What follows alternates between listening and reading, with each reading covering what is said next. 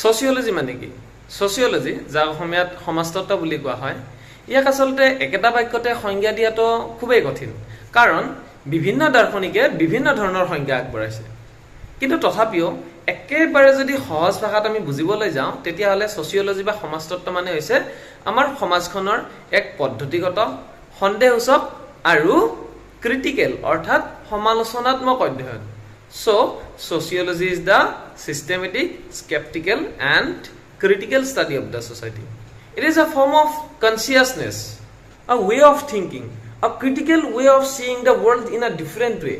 অৰ্থাৎ আমাৰ সমাজখনক এটা বেলেগ ৰূপত চাবলৈ সোশিওলজি আমাক শিকায়। অৰ্থাৎ সোশিওলজিৰ অধ্যয়নে আমাক এক নতুন দৃষ্টি প্ৰদান কৰে। অৰ্থাৎ আমাৰ সমাজখনক এক সম্পূৰ্ণৰূপে নতুন এটা বস্তু হিচাপে আমি আৱিষ্কাৰ কৰোঁ সোশিওলজি অধ্যয়ন কৰাৰ পিছত। কাৰণ সোশিওলজিৰ আধাৰেই হৈছে প্ৰশ্নবোধক। সোশিওলজি আমাৰ মনত সন্দেহৰ সৃষ্টি কৰে, আমাৰ মনত প্ৰশ্নবোধকৰ সৃষ্টি কৰে, ই আমাৰ মনত সন্দেহ জন্মায়। আমি জন্ম হৈ ডাঙৰ দীঘল হোৱা এই সমাজখন আমাৰ অতি চিনাকি। আমি খুব ভালদৰে জানো আমাৰ সমাজখনত কি কি আছে, আমাৰ সমাজখনত কি কি থাকে। আমাৰ সমাজখনত পৰিয়াল থাকে, ধৰ্ম থাকে, বিভিন্ন ধৰণৰ মানুহৰ মাজত কথা বতৰা থাকে ইত্যাদি ইত্যাদি।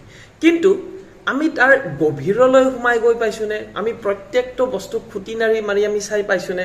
গতিকে ছচিয়লজিৰ সহায়ত আমি সমাজখনৰ সেই গভীৰতম কোণলৈ যাব পাৰোঁ। অৰ্থাৎ ছচিয়লজিৰ পঢ়ি আমি এনেকুৱা কিছুমান কথা লক্ষ্য কৰিবলৈ ধৰোঁ, যিবোৰ কথা আমি সাধাৰণতে আগতে লক্ষ্য কৰা নাছিলোঁ। অৰ্থাৎ সমাজতত্ত্বই আমাক দুই ধৰণৰ ভিউ দিয়ে। এটা হৈছে টেলিস্কোপিক ভিউ আৰু আনটো হৈছে মাইক্ৰস্কোপিক ভিউ। টেলিস্কোপিক ভিউ মানে ধৰি লওক আপুনি এখন পাহাৰৰ ওপৰত উঠিছে, পাহাৰৰ ওপৰত উঠি ধৰি লওক সমাজখন তলফালে আছে, আপুনি পাহাৰৰ ওপৰৰ পৰা চাইছে যে সমাজখন কেনেকুৱা, আচ্ছা আচ্ছা এনেকুৱা এনেকুৱা সমাজখনত এইবিলাক বস্তু আছে। আৰু এটা হৈছে মাইক্ৰস্কোপিক ভিউ।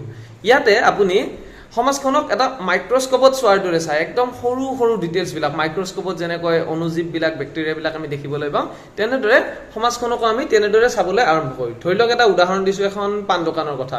আমি পাণ দোকান এখন যদি ষ্টাডি কৰিবলৈ যাওঁ, তেতিয়া আমি দেখা পাম পাণ দোকানীজনৰ কথা, পাণ দোকানীজনৰ লগত গ্ৰাহকে কেনেদৰে কথা পাতিছে, তাৰপিছত পাণ দোকানীজনৰ আৰ্থিক অৱস্থা কেনেকুৱা, নাইবা সেইখন দোকানত পাণ খাই কোনোবা এজন গ্ৰাহকে কেনেদৰে পিক পেলাই দিছে, খুটাটোত চূণ মুচিছে আদি, এনেকুৱা ধৰণৰ একদম সৰু সৰু কথাবিলাকো আমি ছচিয়লজিত আনকি ডিছকাছ কৰোঁ। অৰ্থাৎ এজন সমাজতাত্ত্বিকে সমাজখনক এনেকুৱা এটা ধৰণে চাই, যিটো সাধাৰণতে এজন মানুহে সেই দৃষ্টিভংগীৰে নাচায়। উদাহৰণস্বৰূপে আমি এখন চিনেমাৰ উদাহৰণ ল'ব পাৰোঁ, টাইটেনিক মুভিখন খুব পপুলাৰ। তাতে কেনেকৈ আমি দেখা পাওঁ জেক এণ্ড ৰোজৰ লাভ ষ্টৰী, কেনেকৈ এখন জাহাজতেই তেওঁলোকৰ প্ৰেমৰ কাহিনী আৰম্ভ হয় আৰু জাহাজখন দুৰ্ঘটনা হয়, কেনেদৰে তেওঁলোকৰ প্ৰেমৰ কাহিনী তাতেই সমাপ্ত হ'বলগীয়া হয়। খুবেই এখন ৰোমান্টিক আৰু দুখ লগা চিনেমা। কিন্তু আমি ছচিয়লিষ্টবিলাকে তাতে সেই চিনেমাখনত আমি লক্ষ্য কৰোঁ, যেতিয়া জাহাজখন ডুবিবলৈ ধৰে, সেইখিনি সময়ত যেতিয়া লাইফ জেকেটবিলাক বিতৰণ হৈ আছিল, সেইখিনি সময়ৰ কথাইহে আমি বেছিকৈ নটিচ কৰোঁ। তাতে আমি দেখা পাওঁ যে যেতিয়া জাহাজখন ডুবিবলৈ ধৰে, তেতিয়া লাইফ জেকেটবিলাক কাক বিলোৱা হৈছিল? প্ৰথমতে ধনী মানুহখিনিক দিয়া হৈছিল, আৰু তাৰপিছত দুখীয়া মানুহখিনিয়ে শাৰী পাতি ৰৈ আছিল, আৰু তেওঁলোকে সোধে যে হামাৰী বাৰী কব আয়েগি, মানে আমি কেতিয়া পাম? গতিকে জীৱন মৰণৰ সেই ক্ৰিটিকেল সময়খিনিতো যে ক্লাছ ডিভিজনে কেনেকৈ মেটাৰ কৰে, সেই বস্তুখিনিও সূক্ষ্মভাৱে চোৱাটো দৰকাৰ। নাইবা আৰু এটা উদাহৰণ লোৱা যাওক, ক'ভিড-19ৰ সময়ত কৰোণা ভাইৰাছৰ আতংকৰ কথা সকলোৰে মনত আছে নিশ্চয়। কৰোণা ভাইৰাছৰ সেই সময়ছোৱাত বহুত মানুহে কি চিন্তা কৰিছিল?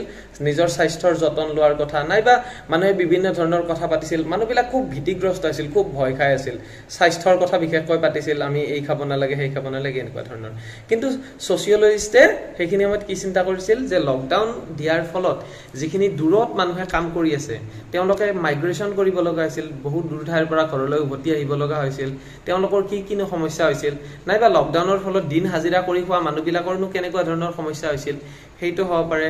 নাইবা লকডাউনৰ ফলত ঘৰৰ মানুহবিলাক, চহৰত হওক গাঁৱত হওক, যেতিয়া গোটেই ঘৰৰ মানুহবিলাক একেলগে থাকিবলগীয়া হৈছিল, তেতিয়াহ'লে তেওঁলোকৰ ফেমিলিত, তেওঁলোকৰ মাজত, পৰিয়ালৰ সদস্যসমূহৰ মাজত কিবা পৰিৱৰ্তন হৈছিল নে? তেওঁলোকে প্ৰাইভেচিৰ কথা চিন্তা কৰিছিল নে? তেওঁলোকৰ মাজত আত্মীয়তা বাঢ়ি গৈছিল? এনেকুৱা ধৰণৰ সৰু সৰু অথচ detail, each and every detail মানে ছচিয়লজিয়ে ষ্টাডি কৰে। এনেকুৱা অজস্ৰ উদাহৰণ দিব পৰা যায়, য'ত নেকি ছচিয়লজিষ্ট এজনে ছ'চাইটিখনক এটা বেলেগ ৰূপত আৱিষ্কাৰ কৰে।